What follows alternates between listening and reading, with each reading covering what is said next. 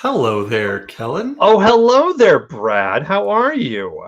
I'm good. I'm good. It's been a little while. It We has. finally, last week, we had our first week where one of us didn't show up. The Mm-hmm. very first time.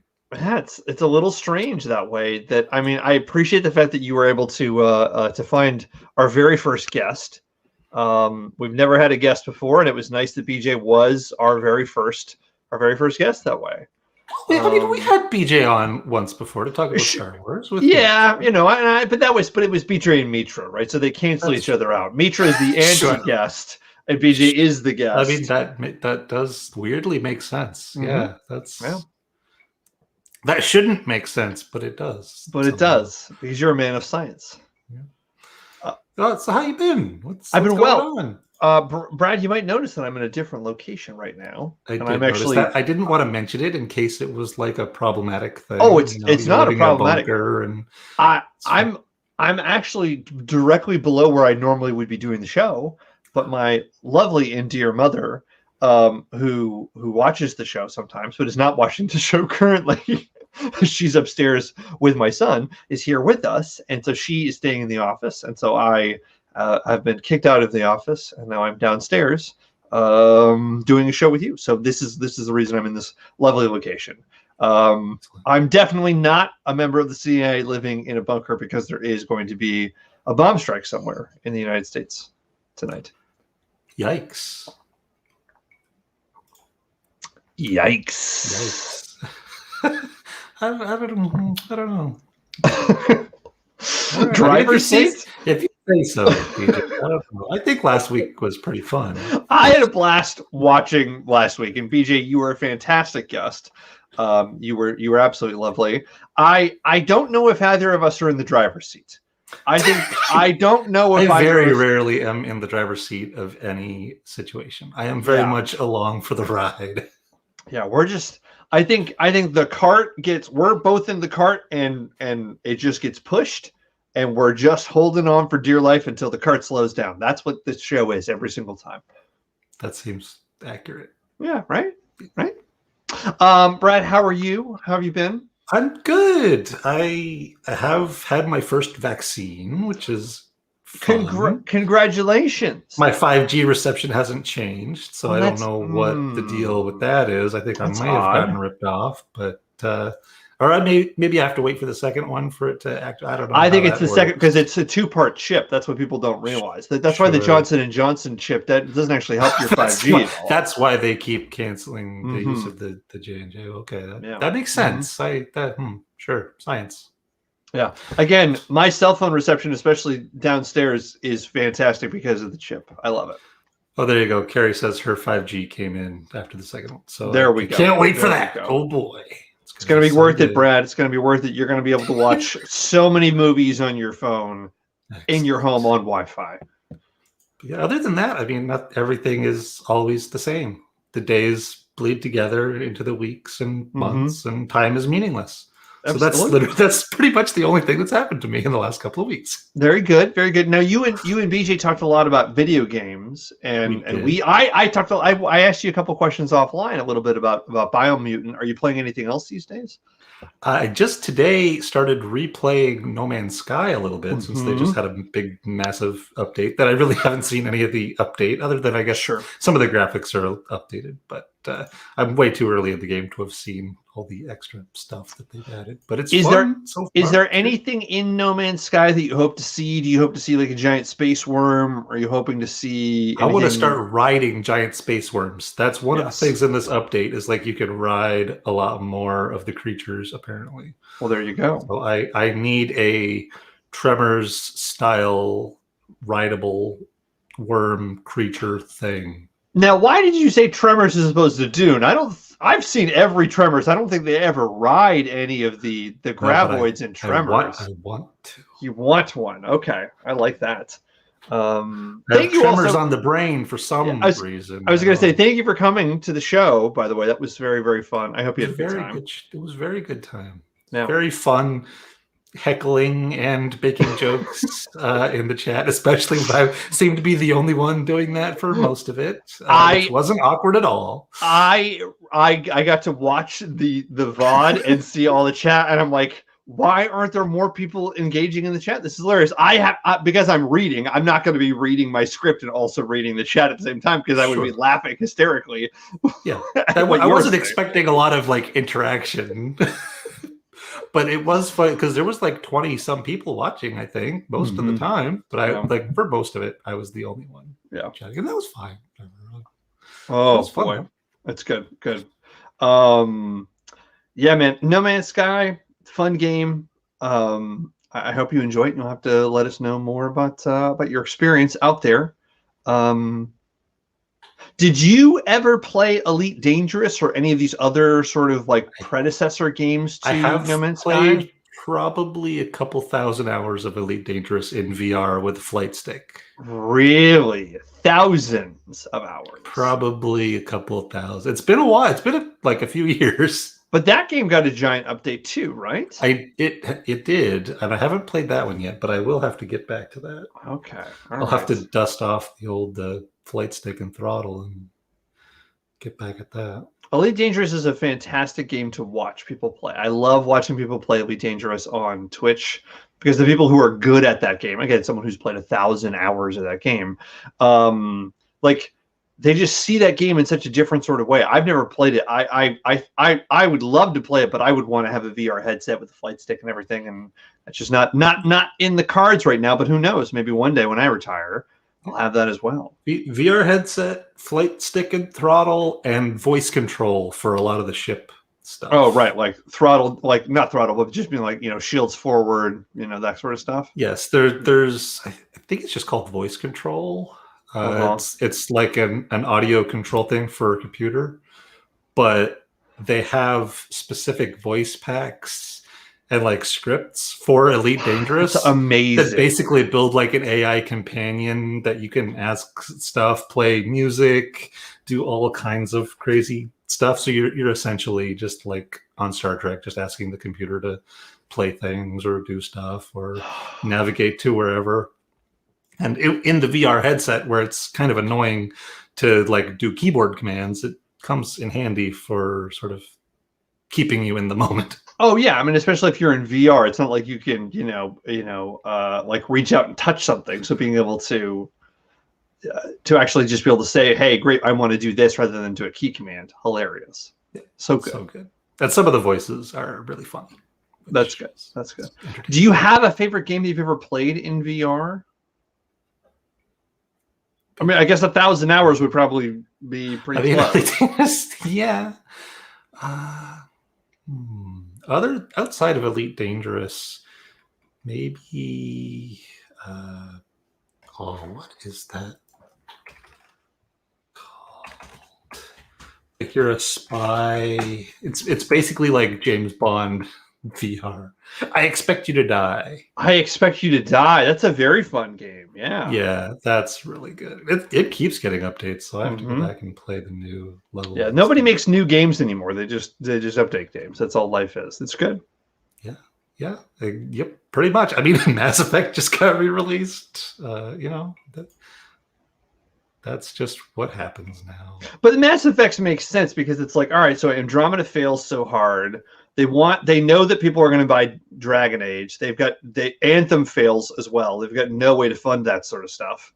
But they're not going to stop making video games. So that's the easiest way for them to make money at that point. So, yep. Speaking of making money, Brad, you want to ask me a question? Will that make us money? We're not getting paid. You know that, right? Brad, I think for every question we ask each other, the fine people at Arby's are going to be donating $100 to a bank account that we need to discover how to get into. The money's there, Brad. We don't have access to it, but the money's there. An interesting treasure hunt. Right? You get paid, but only if you can find it. To find it, right? Like that is the augmented reality puzzle that would be really interesting, where it's like we have to keep asking questions, and eventually we will realize that one of the answers is the way to get into the vault. Sure. That would actually, like, if your employment contract somewhere had like a hidden message to get like your pay or your yearly bonus or something. I love that. Fun as hell. Can I tell a quick anecdote about employment contracts and stuff? Yes. So I put in my notice at my old job, and I wrote a formal letter of resignation because that's what I knew how to do. And I did that 3 weeks ago. I go on vacation last week. Again, thank you, PJ, for filling in. And I come back, and it's my last week, and I'm waiting to do my exit interview. I'm waiting to know where I'm supposed to ship my computer to, when I'm going to go pick up my stuff. And today I finally had to reach out to HR to say, like, what's going on? And they're like, we have no record of you giving your notice. And I'm like, no, here is the formal letter that I wrote you and wrote my VP and my director and all the people I'm associated with. And they panicked because they're like, oh, well, that means we only have 2 days to process your leaving. And I'm like, jeez. Deuces. And they actually said, is there any way you'd stay another week so that we can have more time with this? And I'd say, I'm starting a new job on Monday, but if you want to pay me for another week, 100% I'll do that. Stupid. So stupid. Very, very crazy. The world of jobs is a very strange and chaotic place. Yeah, jobs. I don't think we're supposed to have them. In fact, I think that's what this is really proving to me. They seem like pretty a bad idea. I don't like them very much. I never did. You got the right idea in terms of deciding job or no job. You said, I think I'm going to go with no job. Yeah. I mean, if it's an option, go with no job. Understandably, not an option for everybody, unfortunately. Yeah. It should be. It should be. It's a cake or death situation, right? Once you're out of cake, there's only death. Yeah. Kellen, would you like a question? I would love a question, Brad. Thank you. All right. If you had to be stuck one age forever, what age would you choose? I guess why? And why? Interesting. I think I really like the age that I'm at now. I'm 3 days into being 38 years old. I don't have any major health maladies that I know. I guess. Yeah, I like being in my 30s. I would not want to be younger. I would not want to be like, there are some people who are like, oh, 25 was great. I was like, no, I didn't enjoy 25. Yeah, I guess my late 30s would be enjoyable because I feel like the gray hair, the beard, it kind of fits with the whole personality. Finally, I feel like I've always been almost 40 my entire life, and now I'm almost 40, and I'm finally there. And now the rest of my life, it's going to seem like I'm almost 40, but I'm going to be 50 and 60 and 70 and then 120, right? And people are going to say, gosh, this guy looks like he's almost 40, but he's 212 years old, That'd be pretty good. Yeah, I wouldn't mind that. Uh-oh, Brad had a cough. I did. I'm dying. I got so scared when it went on mute. I was like, fuck, what did I say? But that gets into the whole, like, if you could be a vampire, when would you want to be vampired, right? You're stuck as one age, right? And you're going to have to be that, and you're going to live forever, right? Like, what would that age be? I would probably go like early to mid 30s, probably somewhere. Right? Because if you're a teen, if you're young at certain points in life, like, you're going to be like, oh, I'm 18 years old. And people are like, fuck you. You're 18. It's like, actually, I'm 1,000 years old. I'm a goddamn vampire. Get out of here. At least at 30, people take you seriously.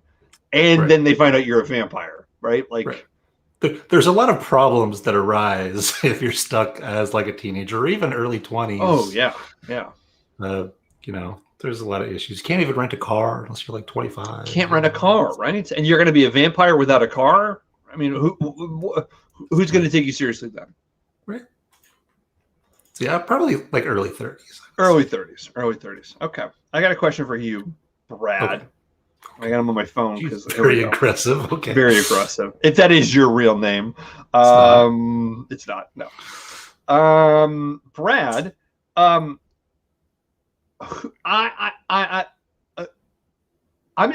was gonna give you options, but I'm just gonna let you figure this out first. Okay.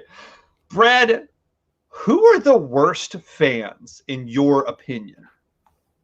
The worst fans. The worst fans. I was talking to a friend of mine who's a Harry Potter fan, and I actually said, I was like, I think Harry Potter fans might be some of the worst fans out there. But then I started thinking about like Star Wars fans in terms of like all of that shit. Sure. And then I was thinking about MCU fans, and then I'm thinking about fucking DC fans, and then I think about anime fans, and I think about anime fans could definitely be problematic and they're all problematic. Yeah. They're all problematic, right? In all their interesting little ways, right? Like the problematic aspect of like Harry Potter fans is like you have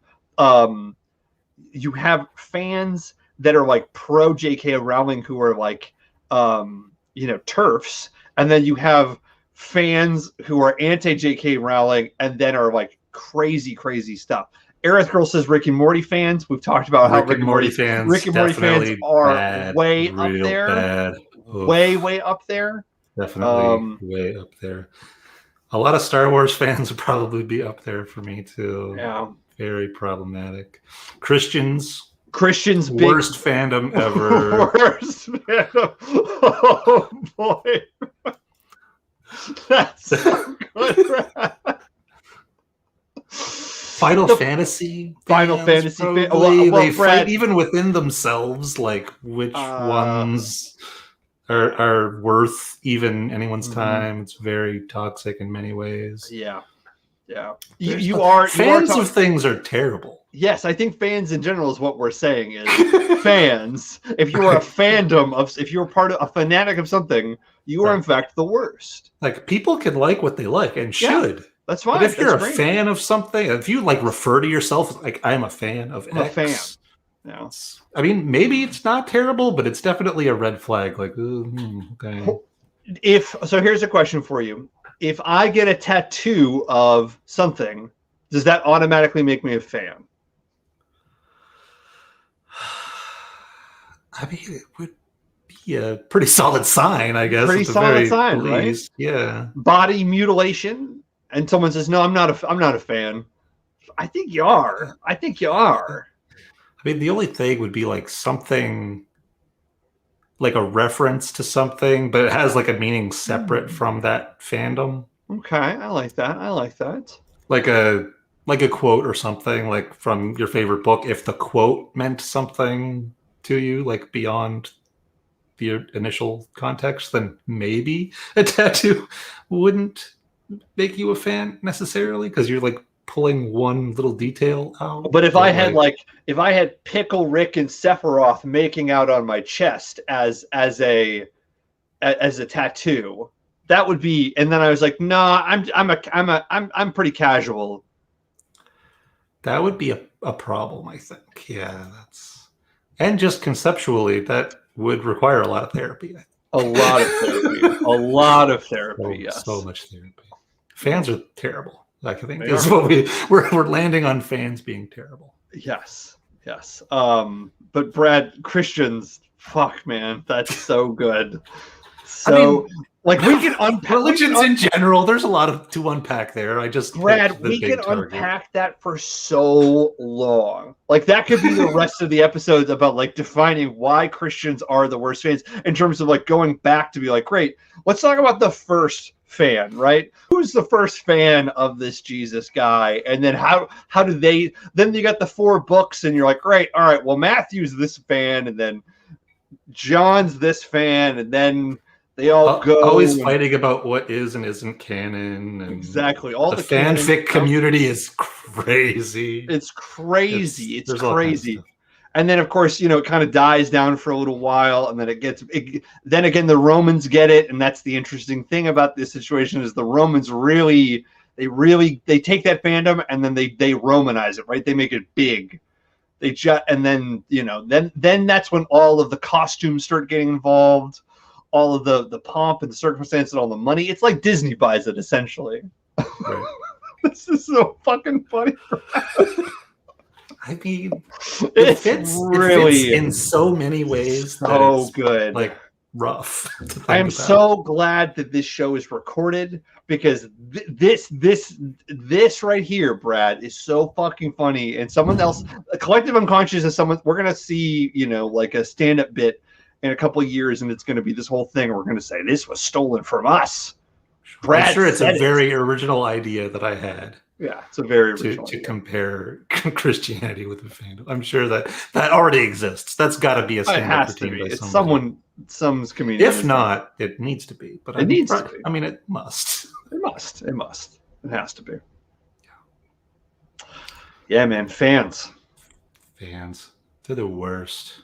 Yeah, and sports fans are different than sports fans are just.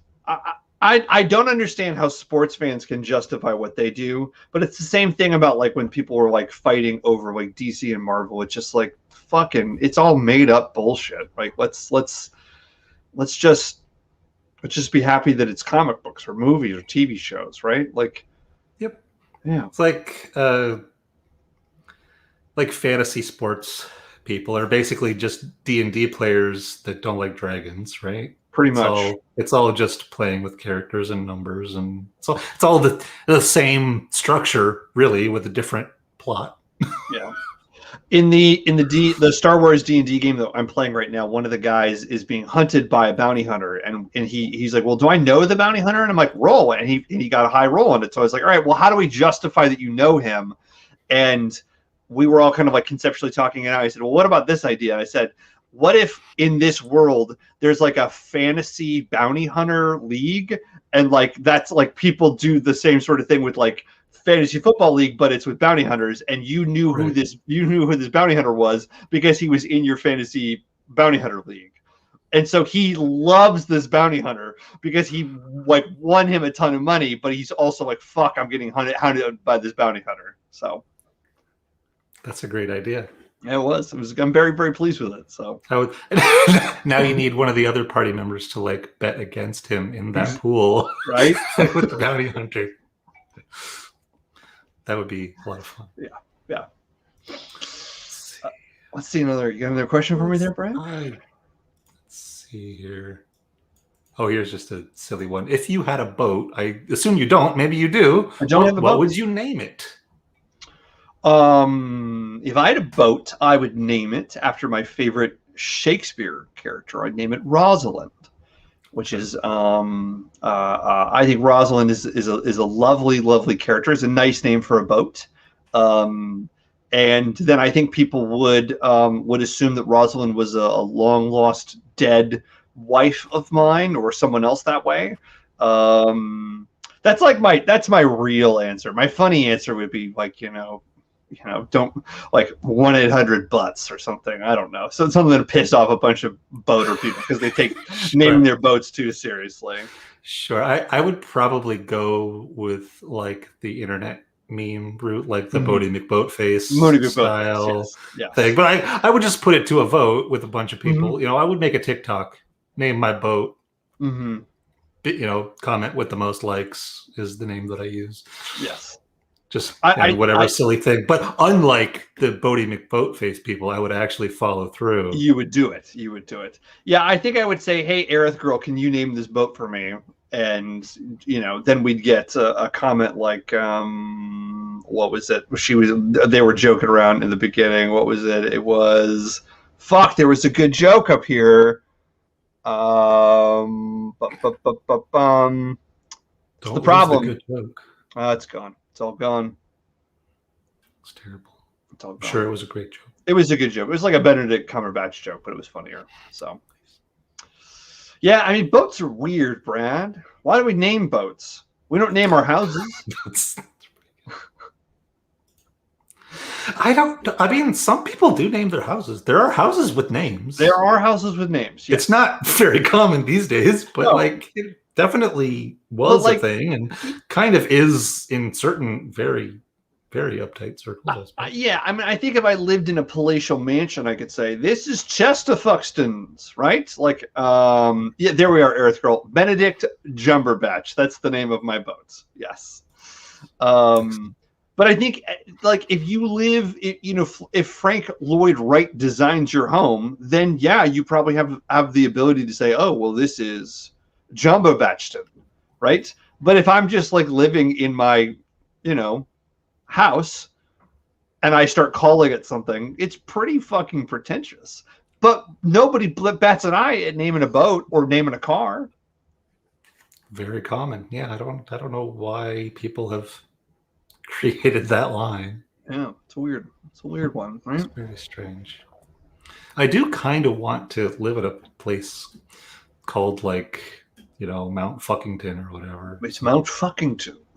Some very stupid but snooty sounding name, just to be aggravating to everyone. Like, too stupid to be pleasing to the snooty people, and too snooty to be pleasing to anyone else. That's the worst. And crass, and definitely crass. Absolutely. Yeah. Brad, I have a question for you. Okay. What weird food combinations do you enjoy? Weird food combinations. Like, do you put like yellow mustard on your watermelon? Do you? I've seen a lot of that. It's a lot. That's a TikTok I've seen a lot lately, and I have not done that. That sounds terrible. I don't like either of those things particularly, so I don't think I would enjoy it very much. But I mean, who knows? I don't know. I'm very boring when it comes to food. I don't really combine a lot of things like that aren't like, I'll put condiments on a hot dog or whatever. But what condiments do you put on a hot dog? I usually like barbecue sauce or something. See, barbecue sauce on a hot dog, that's pretty original. I don't think I've ever put barbecue sauce on a hot dog before. Or ketchup or whatever. There you go. I'm trying to think of like combinations that aren't just completely normal things. I don't know. I used to dip toasted wheat bread in nacho cheese sauce. Okay. It was the thing I did a lot as a kid. I can see that being tasty. Yeah. I mean, bread and cheese, though, that sounds like a good combination to me. Yeah. It's not weird.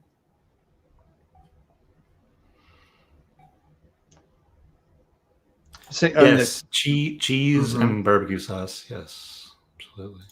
Or you get those, what are they called? Smokies? Yeah, little smokies. That have like cheese inside. Oh, yeah. And then barbecue sauce on it. And then you bite in and the cheese is molten hot and shoots into your face. And it's great and painful. Brad, what about this? Have you ever had a jalapeno popper? Sure. Now imagine, instead of filling the jalapeno with cheese, you fill the jalapeno with little smokies that have cheese inside them. So you take your jalapeno, fill it with little smokies. Then you have the jalapeno. Then you wrap that in bacon, and then you fry that. Or you bake it if you're trying to have the healthy version of the jalapeno popper. I would eat the hell out of that. Absolutely. Yeah, it's a fucking delicious. That sounds good.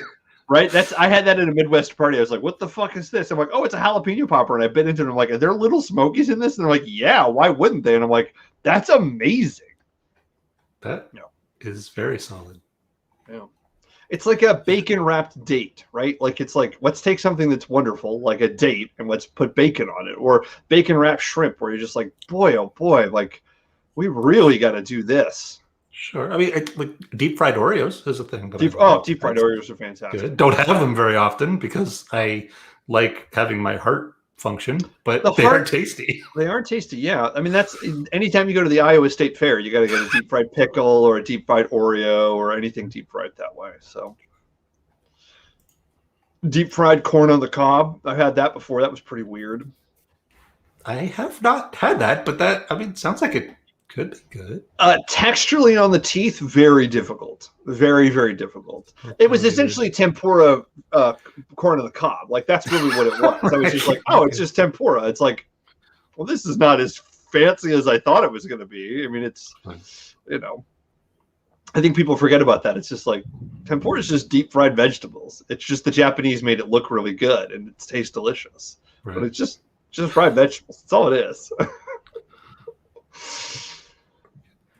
Kellen, would you like to do another ridiculously stupid quiz? I would love to, and Brad. Find out what your inner desire is. Brad, I need to know what my inner desire is. Let's get into it. All right, let me share the screen here.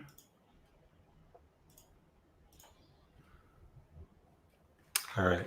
Oh boy, I gotta make my screen bigger so I can read this. Yeah, I could probably make it at least a little bigger here. Oh, there we go. Perfect. All right. Which of these do you hate the most? You?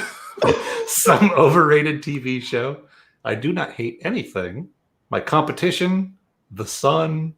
Elves? Or myself? I do not hate anything. I say of those. That would be my answer probably. Hate anything. All right.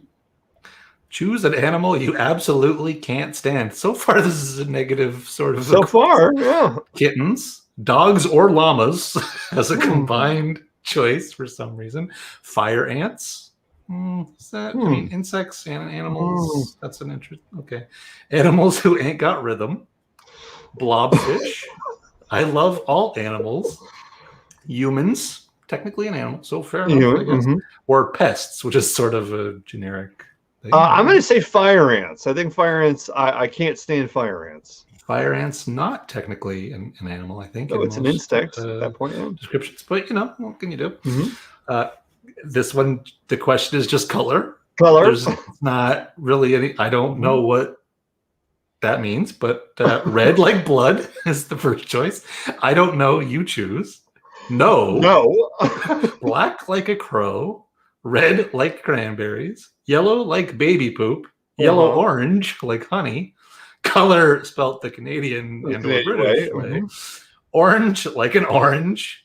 Sure. Or pink like my soul, which is a very interesting choice of words.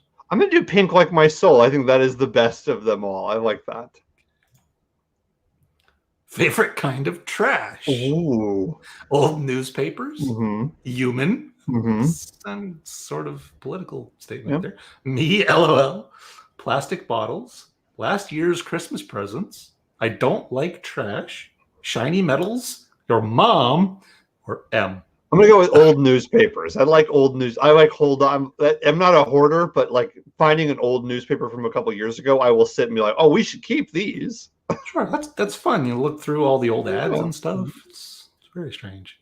Choose a word: shake, blanket, goodbye, perish, romantic, quiz, wheat, decompose, business, strawberry, online, friendship, peace, or biggest.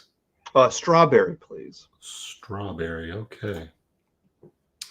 What do you dislike about yourself the most? Oh, golly. My personality, my looks, my brain, what I've done. What have you done? What have I done? My bad health. The world around me is flawed. I mean, that's just factual. I'm perfect in every way. I guess what I've done would be the easiest one that I could honestly say. I think what I've done, there we go. The skeletons in your closet. It's more what I haven't done. I guess that's how I'm interpreting it, being like, I could have done more. Yeah. Sure. Would you rather gut yourself or give me $2? I literally just came to know my true inner desire. Gut myself. Give you $2. Why not both? Neither? Brian, I'm going to give you those $2. Give me those $2. All right.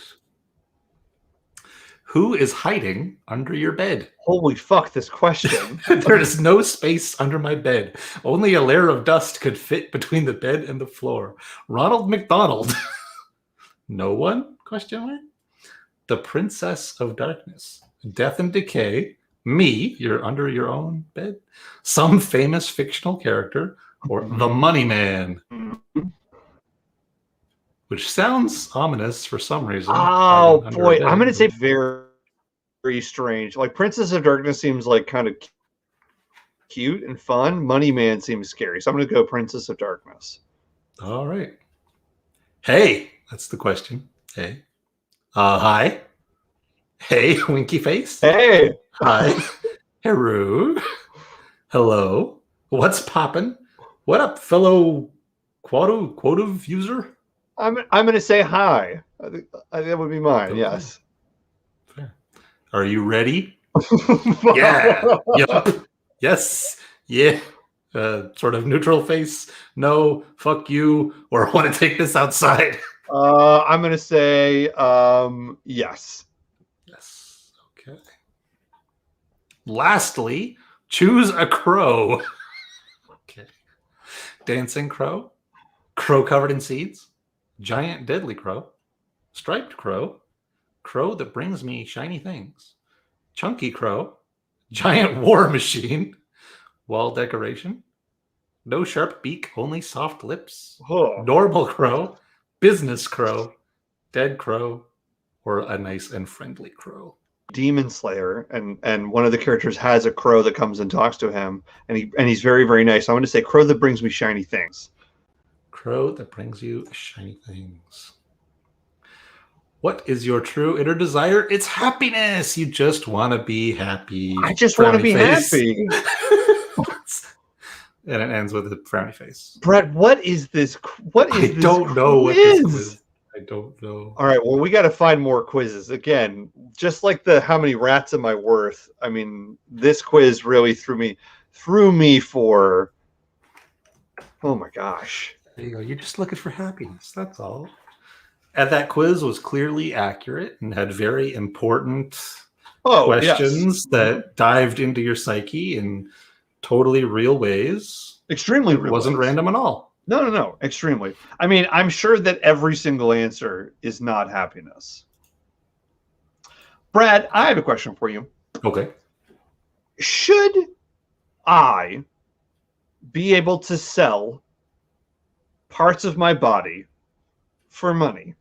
Sure, why not? They're yours. So I should be able to sell my kidney, right? If I don't want my kidney, I should just be able to sell it. If I don't want my arm, I should be able to sell it. If I don't want my body, I should be able to say, "Hey, you want my body? Here's the money." I think so, yeah. I would suggest you keep at least one of the kidneys, just for convenience. But, really, it's up to you. Brad, why don't we allow people to do that? I don't know. We don't allow people to do a lot of things that really doesn't make any sense. It doesn't make any sense at all, right? Like if there's a lot of body autonomy things that just don't make a lot of sense to me. Why there's restrictions on stuff.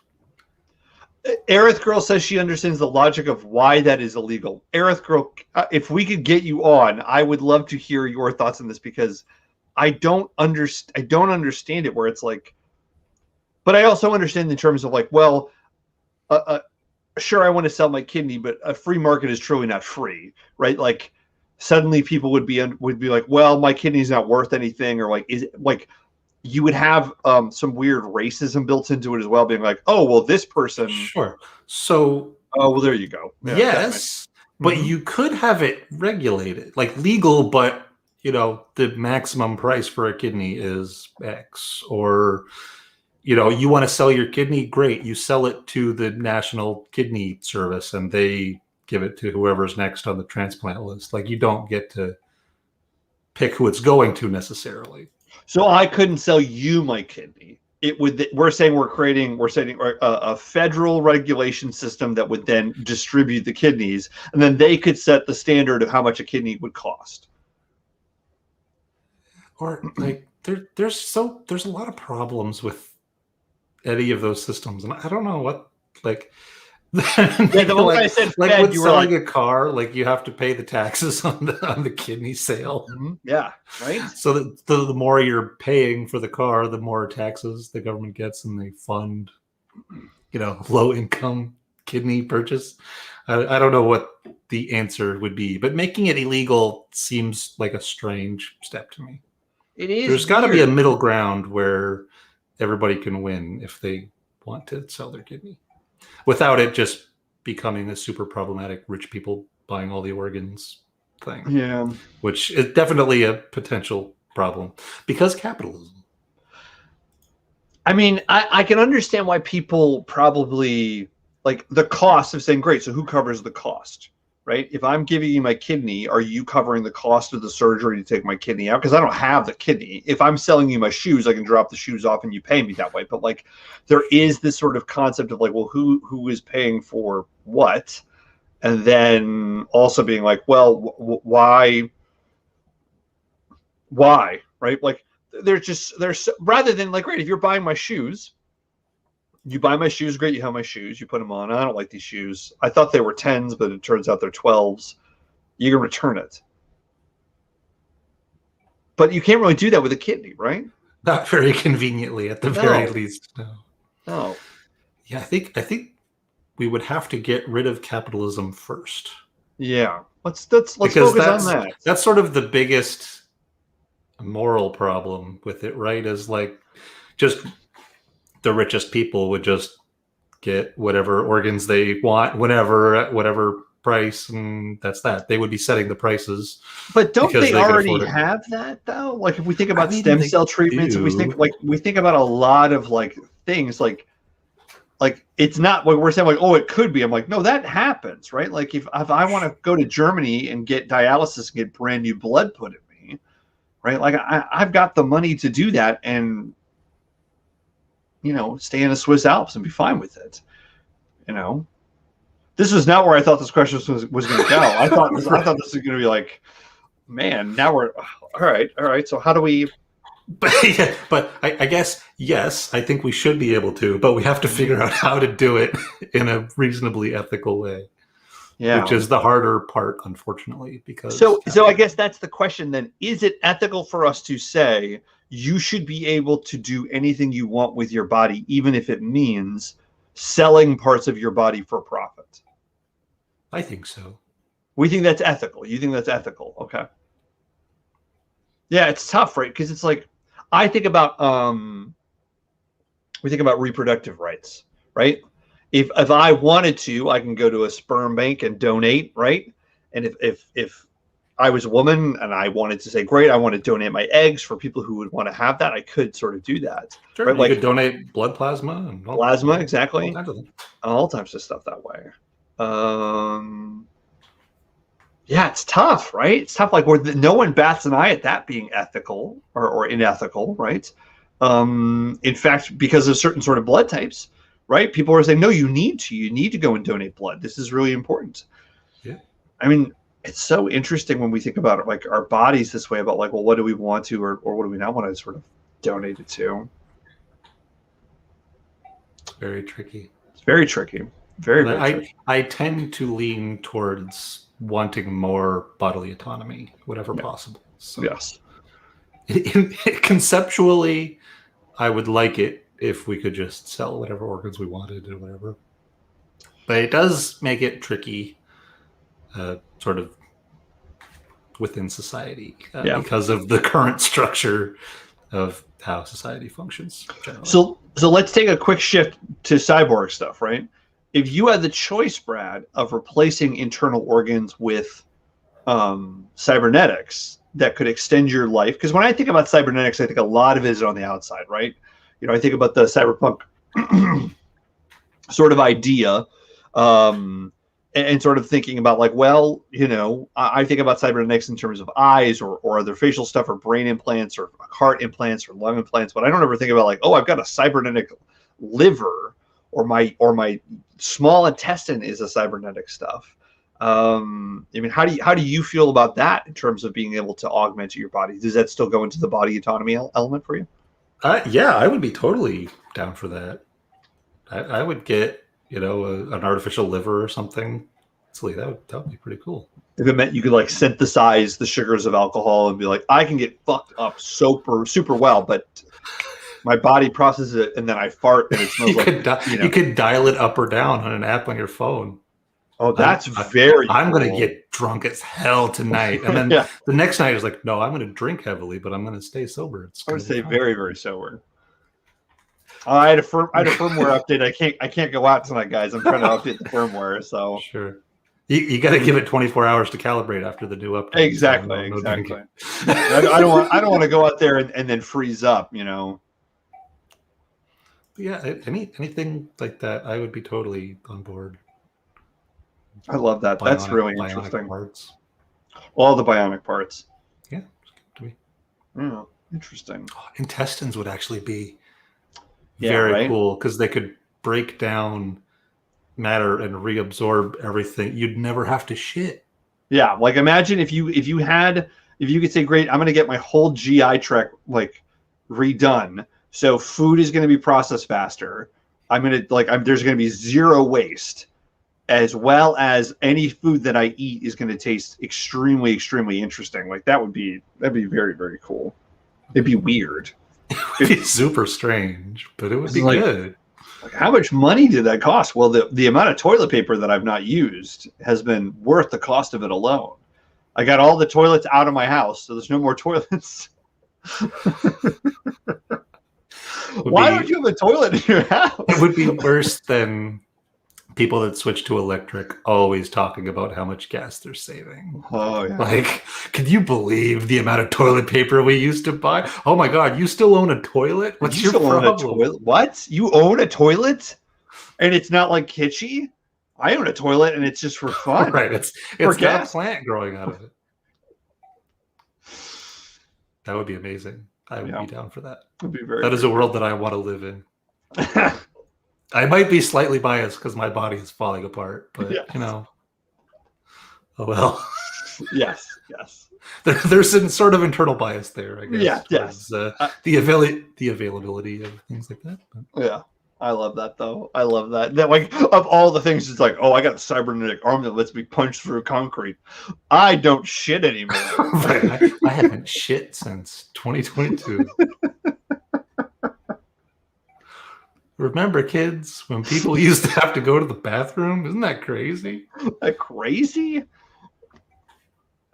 You still sleep? You sleep? My body just produces chemicals that make my brain think that it's sleeping. Yeah, it's pretty easy. I go into like sort of low key mode and I just read, right? And just process information. And I can just dream and go do other stuff. But I don't sleep. I don't have a bed. That's fine. I don't have a bed. In this economy? Are you crazy? The amount of money I've saved on beds alone.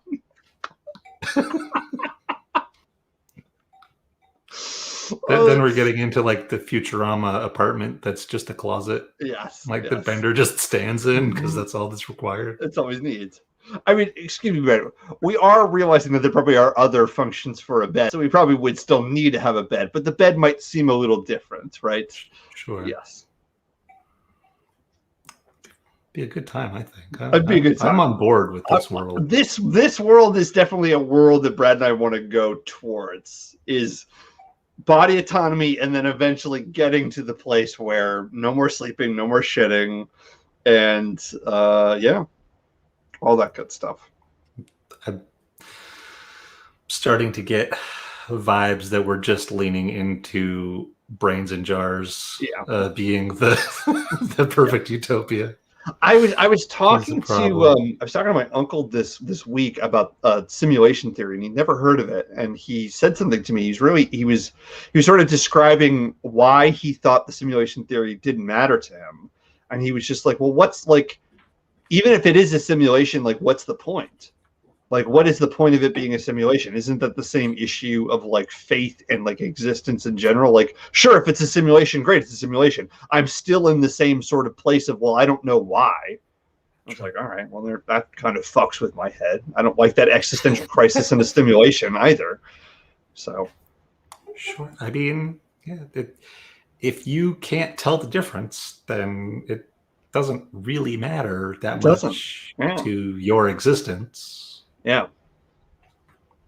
Which is existentially troubling, possibly, but it is what it is. So Brad, let's take a detour real quick. If we're talking about the simulation, do you believe in Hannah knows what's up. Oh, Hannah knows what's up. So many accessories. So many accessories. Oh, that's all the bed would be. Just be a big accessory cabinet with pillows. Brad, do you believe in like the Mandela effect? Is that a thing that you believe in? Do you think that's real, or is that like just our brains playing tricks? I believe it is a thing that people talk about. Yes, it's a thing in the world. There are people that believe that the Berenstain Bears used to be the Berenstein Bears at some point, and reality broke into several pieces, and they changed the wording and all kinds of stuff. But as far as it actually being like a real thing, no, I think people's memories are just terrible. Yeah, it's just bad memories. It's just collective bad memories, you know? Yeah. It's very, very common for like false memories to become collective false memories over time in certain groups, just because of the ways that information is passed from person to person and stories are told and embellished over time and stuff. It's very common in history to get multiple versions of the same historical events, even from people like with a lot of witnesses on both sides, and only one of them can be true. I mean, I also think that people are embarrassed to not know something. When I think about Berenstain Bears or Berenstain Bears, it's like I think most people. I think somebody said Berenstain Bears, and nobody corrected that person, and then they went home and they said Berenstain Bears, and then it just went right. Like people don't want to admit that they don't know something. Sure, that sounds more like a real name than Berenstain Bears, and so that's the one that's stuck in their brain, and it's just sort of spread. And very good. Do you got a question for me, Brad? Yeah, sure. Let's see. Speaking of like autonomy in a certain sort of way, if you could add one rule that everyone had to follow while they were on the internet, what would it be? The first thing, and this would be impossible because it's the internet. It would be like, hey, don't be a dick. But that's not what the internet's for, right? Like we kind of need a space to be a dick in. A rule that everyone would have to follow on the internet. Do I? Oh boy, this is the debate. Do I do the angel and the devil are talking to me pretty loudly right now? Because the angels like do something good, and I'm like, no, it's the internet. Like you can't. It's impossible. So the chaos in me wants to be like, yes. What do we do? A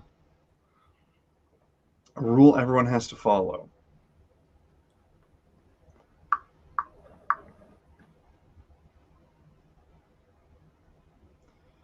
Fuck, man, that's a tough question. I read I'm gonna preamble for a second while I sort of try and answer this question. I read a really interesting article this week about how we can't exist on the internet because it's a two-dimensional space, right? Like the internet will always be a two-dimensional sort of space in terms of how reality sort of exists, and because we live in a four-dimensional space, we will never truly be able to understand the potential of the internet, right? The internet, its full potential will never be realized because until we can transfer our consciousness into a two-dimensional space, we will never be able to exist inside of that space. The same way that we can't exist on a 7th dimensional or a 12th dimensional space or whatever dimension we want to, we have to exist here until our bodies and our consciousness are sort of separated that way. And when we think about the internet, one of the reasons why it is such a toxic and difficult place, this article sort of presupposes that like because we cannot enter into this utopia, we naturally just shit on it, because if we can't be in it, then we're just going to leave all our trash there, right? Because we can't exist in that place. That's the reason why it is such a shitty sort of place, and sort of like brings up this idea of a flat earth, right? Like the reason why people are so interested in flat earth right now is it actually makes life so much more simple. And the internet is that sort of way. It's like, oh, it's a much simpler plane of existence, and if you could live there, it'd be so much better. But because we can't, that's the reason why people are so interested in being complete assholes to other people, because they don't permanently live there and they can just be a total dick. And they talk about how when people go on vacation, how much easier it is for them to be fucking dickheads to locals who live there, or anybody, or you meet somebody else who's on vacation, you're like, well, my vacation is more important than yours, so I'm going to be a jackass to you that way. And the internet naturally brings out that in people. So I'm going to go with the worst. They are the worst. Other people are hell. Socrates was right about that. Hell is other people. That is accurate. Yes. I'm gonna go with my original answer. Don't be a dick. Right. So it's a cop out answer. Everyone would love that. It's a kumbaya answer. I mean, I have one that I would love to figure out a way to implement. I don't think it would be functional, but I would just say cite your sources. Oh well, yeah. There you go. That's it. There you go. You can still be a dick. There's no restriction on that, but you have to say, if you're making an argument of any kind that's not like a subjective thing, just cite your sources. Cite your sources, yeah. Now, that would be the tough thing, Brad, is what if, well, all right, let's break this down. If I'm just stating an opinion versus saying, oh, this is a fact, right? Like the hard thing about citing your sources is like, and this is where we start to get into like who owns intellectual property. Like I could cite a source and say, oh, well, I found this on Drudge Report, right? All right, well, sure, you found it on Drudge Report, but that doesn't, I'm at least citing that that's where I found it, right? Sure. Well, like if disinformation could get so wild that way in terms of being able to, but you're saying you would want to have that just to be able to notify, like, oh, great, that's shit. So this is not real. Yeah, I mean, even if they're citing a crappy source, it would just make it a lot easier to be like, oh, okay, I'm going to ignore you now. Yeah. Or, oh, that's interesting. I'm going to dig into that. You know, yeah, let's get into this. Yeah. Oh, yeah, that's a tough one, Brad. That's a tough one. The rules on the internet, man. I don't know if I get it. I don't know if I get rules on the internet the best way. So it would be very difficult to enforce anything on the internet. Oh, it'd be impossible. Absolutely impossible. So, Brad, and now I know you don't believe in magic, in the wizarding kind of magic. Sure. But, and again, this is a hypothetical question, Brad. So here's your chance. Here's your chance to sort of like. We'll see what happens. We'll see what happens. Brad, if magic was real, what would be the first spell you would want to learn to do? I mean, if I could become invisible, that would be pretty cool. Invisibility. Oh, I like that. You know how much I dislike being perceived. Exactly. You would like, this is fine. If magic is real, fine. This is perfect. Fine. Yeah. Yeah, it would be like invisibility and stuff like that. Very cool. Nice. Very, very nice. Shooting fire would be fun too, if that was an option. It would just be cool. Would you rather be a frost mage or a fire mage? That's the question, right? If you had to pick an element to be a pick an element, right? We're talking airbender rules, right? Avatar, you know. Sure. No blood bending. No blood bending. Well, maybe there is blood. Let's get into blood. You're going to be in blood bending. That's what you want to do. I don't think I would actually, because that just seems disturbing to me. It does. It would serve no personal function. Besides, invisibility would be like really good for myself. Oh yes. Blood bending really is just bad for other people. Not really good for me. No. Yeah, I would probably, between like fire and ice and stuff, I would probably go with fire though. Oh man, see, I would want to go with ice. I think being an ice mage would be great. Fire mage, you're going to cause a lot of problems. Ice, people see you shooting ice, people are like, fuck, this guy made his business. I can't make a chair and a table out of fire. I can make a chair and a table out of ice, and then I can have a chair and a table anywhere I go. Right? It's going to be 90 degrees on Saturday. I don't want to have flames shooting out of my hands. You know what I want? We get in the middle of the street and everyone's going to come have a slip and slide party at my house. It's going to be great. Sure. But think how much faster you'd be able to clear your driveway in the winter. God damn it, Brad. Your logic is fair. God. Well, I mean, that could be your job in the winter. You just clear people's driveways because it would take you like 15 minutes to do an entire neighborhood and you'd be done. Okay, but I could make an ice snow plow, and ice on it would still work. It would be weird. Sure. You know? I mean, you could move a little further south, and then ice would be a lot more useful. You know, sort of in general. Yes. There's pros and cons. There's pros and cons. In my current location, I think fire would be more practical, which tends to be where my brain goes. There you go, Brad. There you go. You can be practical. I like the practicality. The fanciful ideas come, but there's always that practical part of my brain, like, well, I could just use that for just do it that useful way. Stuff. Yeah. I think my first thing I wanted to learn how to do would be to teleport. I would want to know how to be like that would be very good too. That would be very nice. I think that would be for me, that would be like the invisibility of like, oh, I like this. I can get out of here. I want to go. All right, I'm gonna go upstairs. Just do it that way. So. Okay. This is sort of a tangent, but since you brought up teleportation, magical teleportation, very cool, right? You just blip out, you blip into the new place. Mm-hmm. It works by magic, so we don't really need to think about the ramifications of the philosophy of that. Yes. Teleportation in a non-magical way seems philosophically problematic in many ways. What do you think about the potential for teleportation? I'm sure you understand the philosophical. Well, I have seen The Prestige, and that is what I based my understanding of the ethical and moral and philosophical problems of teleportation that way. I'm not going to ruin The Prestige for people because it's a fantastic movie, and if you haven't seen it already, you should see it. But it's a great movie. The movie's kind of about what we're about to talk about. So yeah, Brad. I mean, if we're looking at it in the Star Trek sense of it, like, great, all my cells get broken down, and then all my cells get put someplace back, right?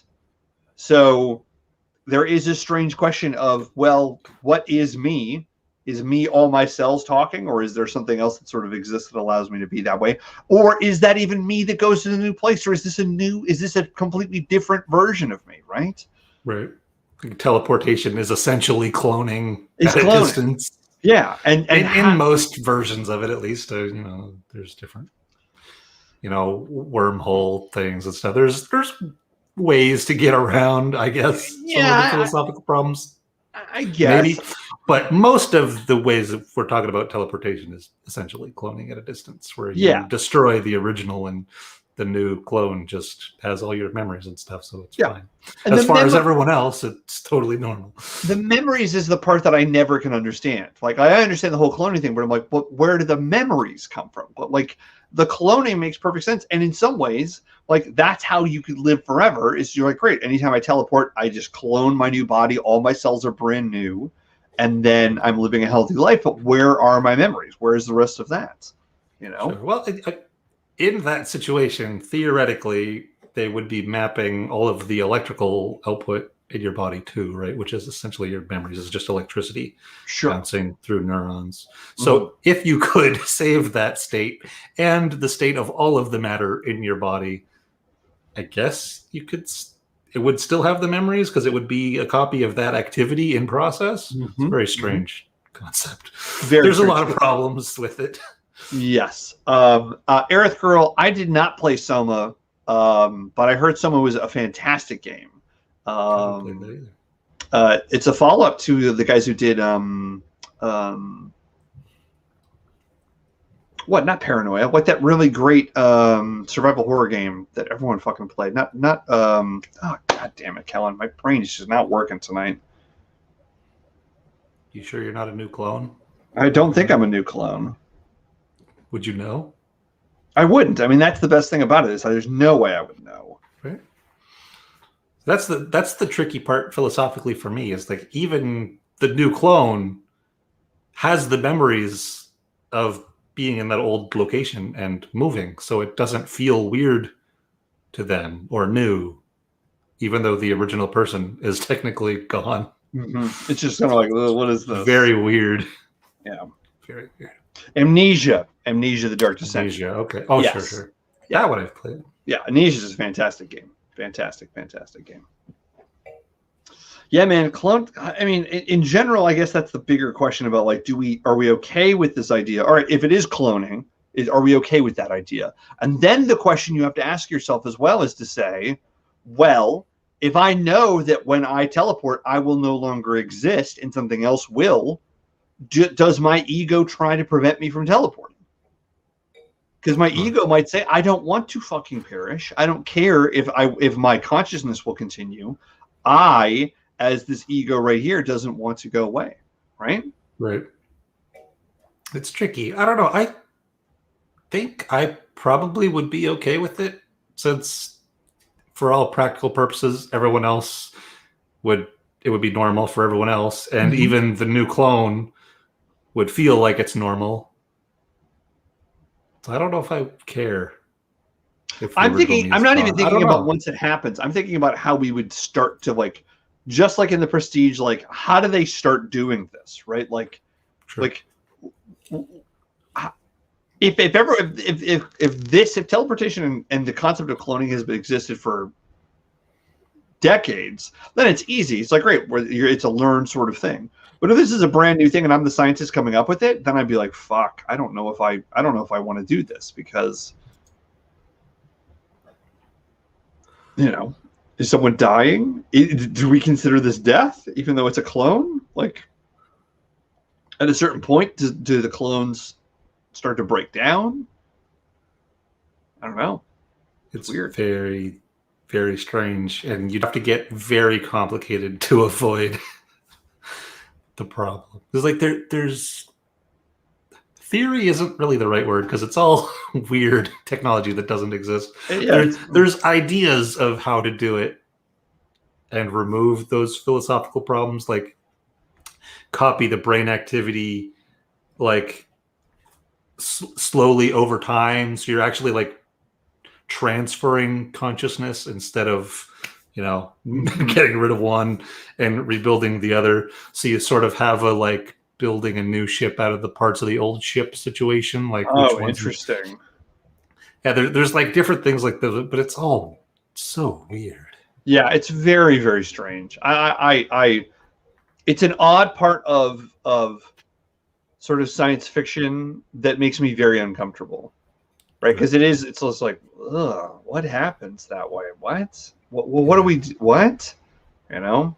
Yeah, and it's far enough removed that it's sci-fi and it's like, you know, can be fun for fiction, but it's close enough technologically to things that we're starting to be able to do. Yeah. Like, oh, it's getting a little too close.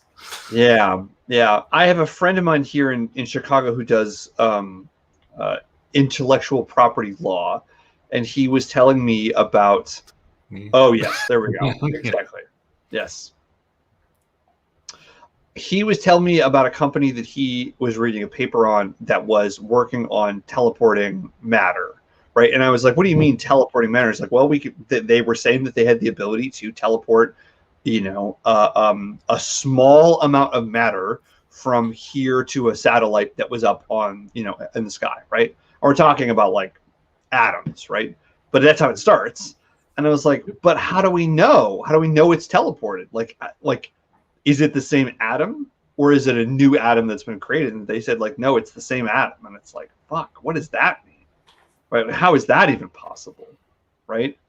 And again, he's an intellectual property law. It's like, I cannot tell you how it happens, but I can tell you that I read something and it was very strange. Are they making tiny wormholes, Kellen? It feels like tiny wormholes, right? That feels like tiny wormholes. That's the other way, right? Is like, you don't copy, you just create a wormhole between two places, and you're not really teleporting. You're just skipping space in between.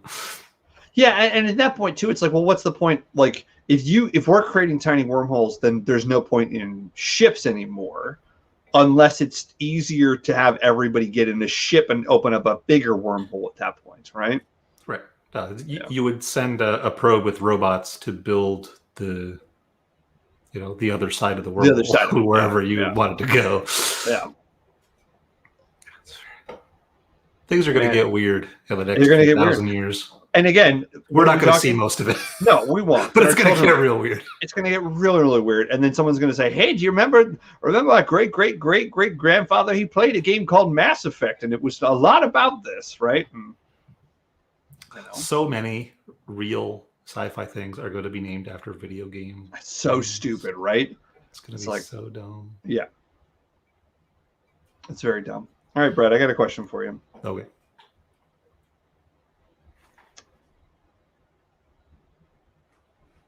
And this kind of goes into what we were talking about. What do you think humanity is not focused on?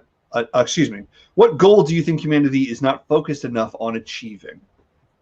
I mean, teleportation, right? That's right. I mean, clearly. I mean, lots of stuff. But what's the one, if you can choose one? Decoupling the need for a job with survival. Okay.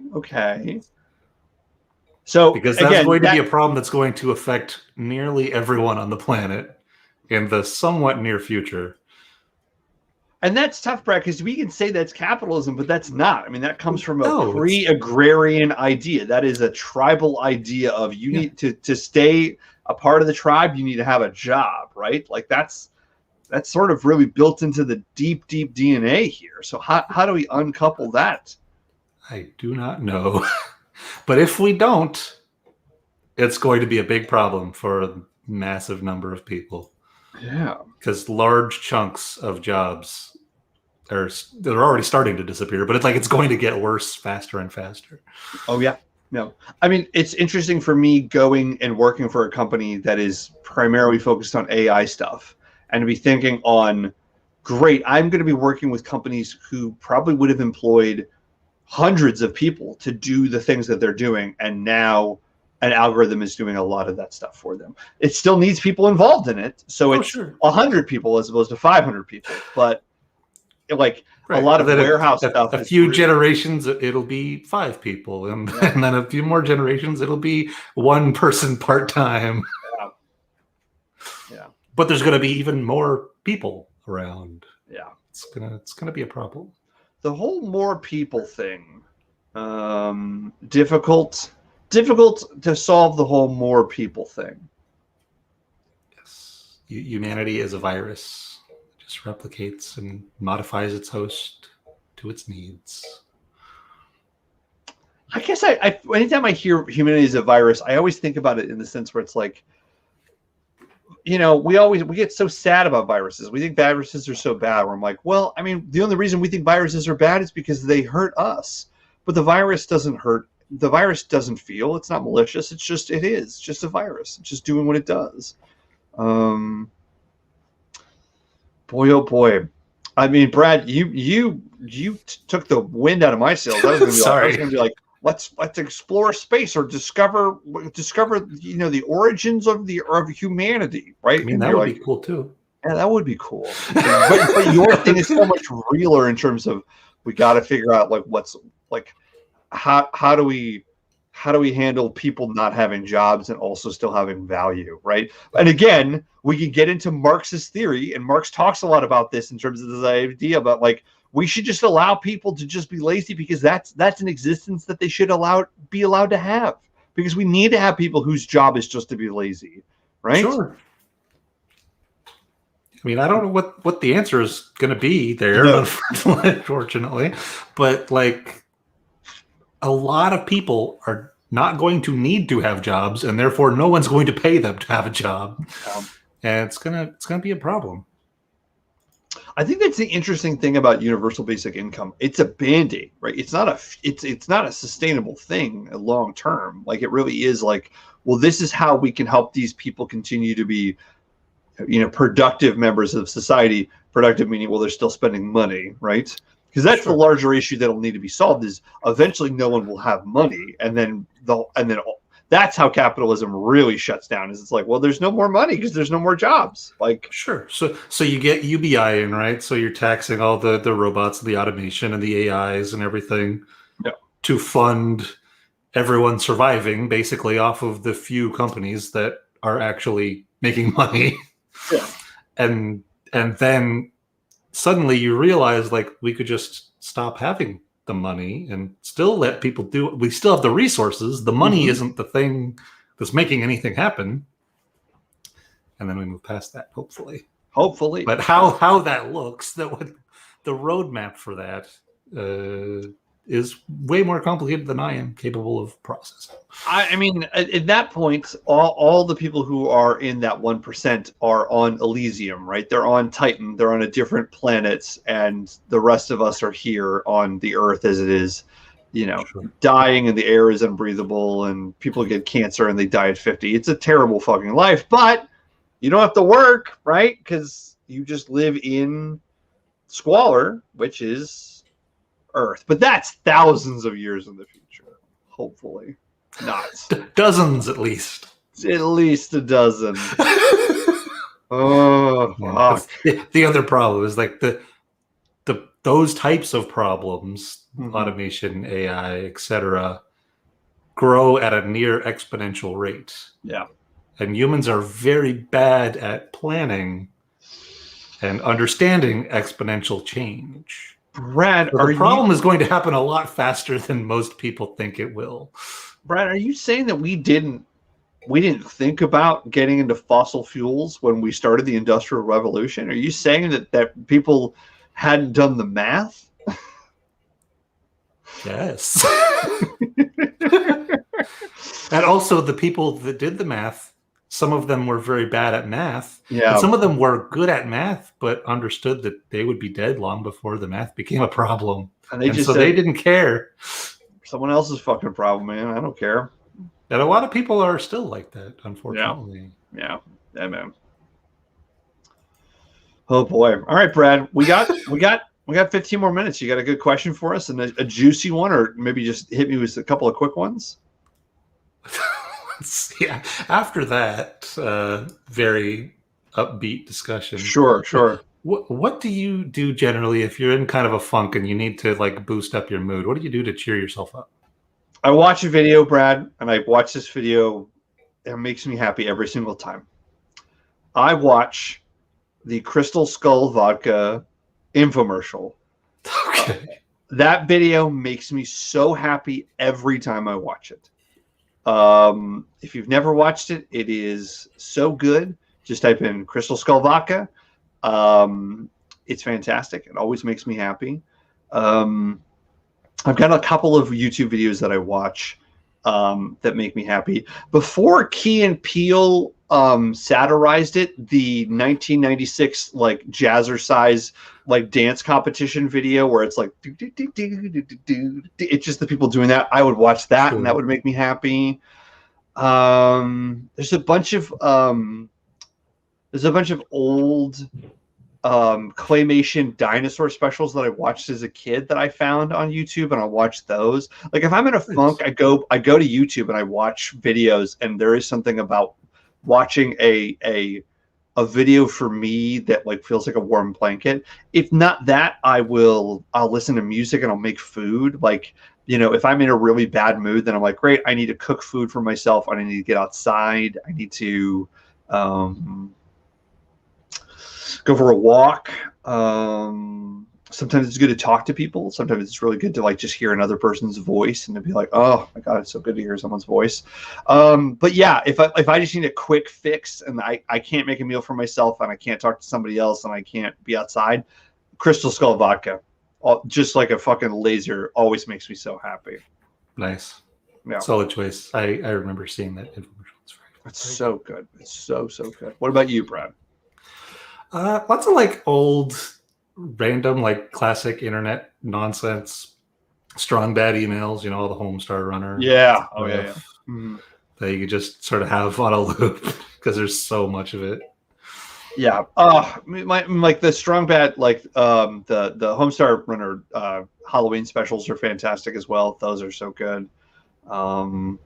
Gosh, those are so good. Speaking of, when you did the Tremors thing, was I right that was a Danger-esque reference when you were like, we're going to have to jump? Okay, yes, that was a Danger-esque reference. Yes. Excellent. There are a lot of little references in there that are mostly for me.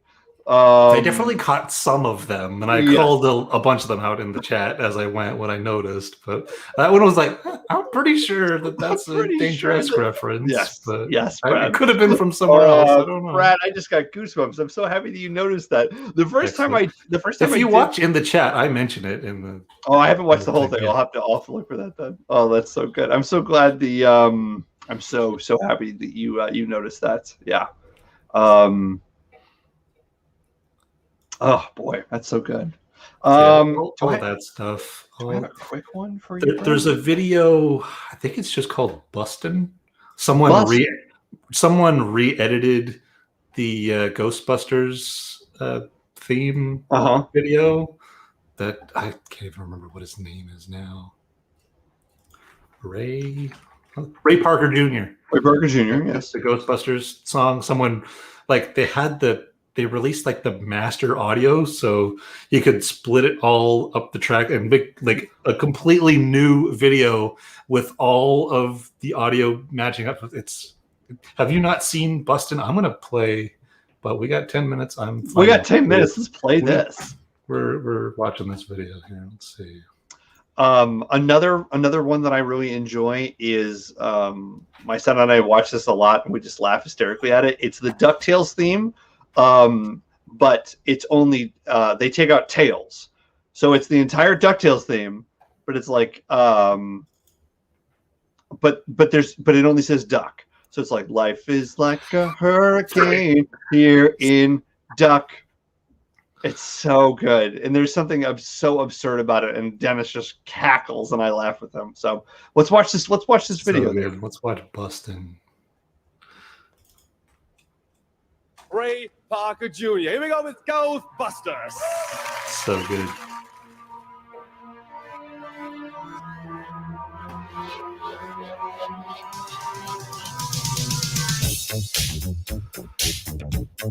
What?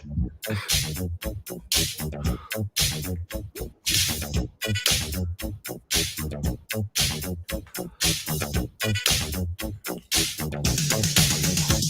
there's something strange sleeping in your bed. What? It's so bizarre. Something weird sleeping in your bed. Oh, let me tell you something. Bustin' makes me feel good.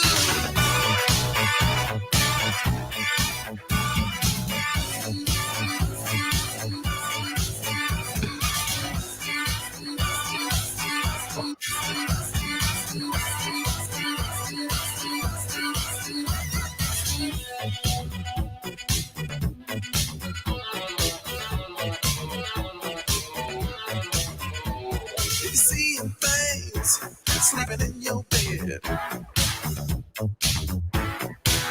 An invisible man sleeping in your bed. Let me tell you something.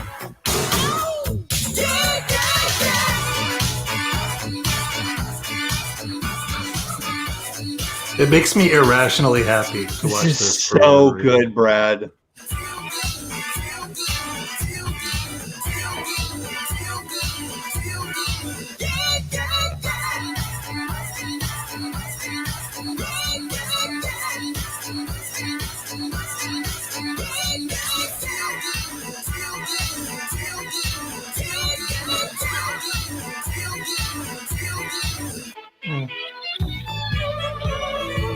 Freaky ghost, baby. Freaky ghost man. Freaky man, baby. You're all alone. Let me sleep in your bed.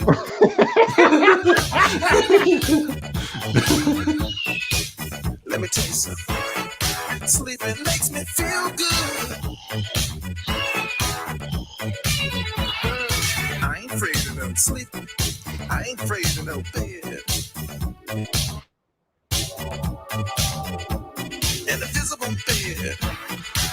Freaky ghost bed.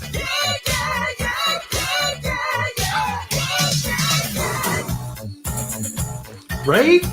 So good. So good.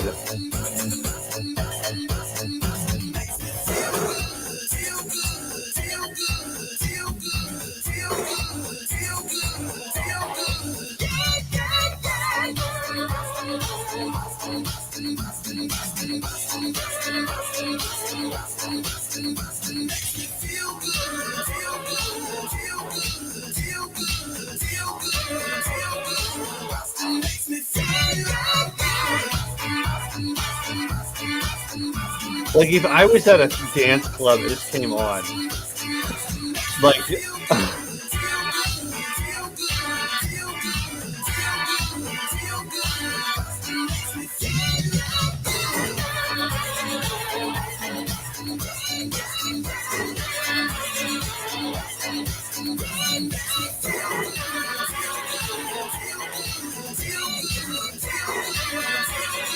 Bustin' makes me feel good.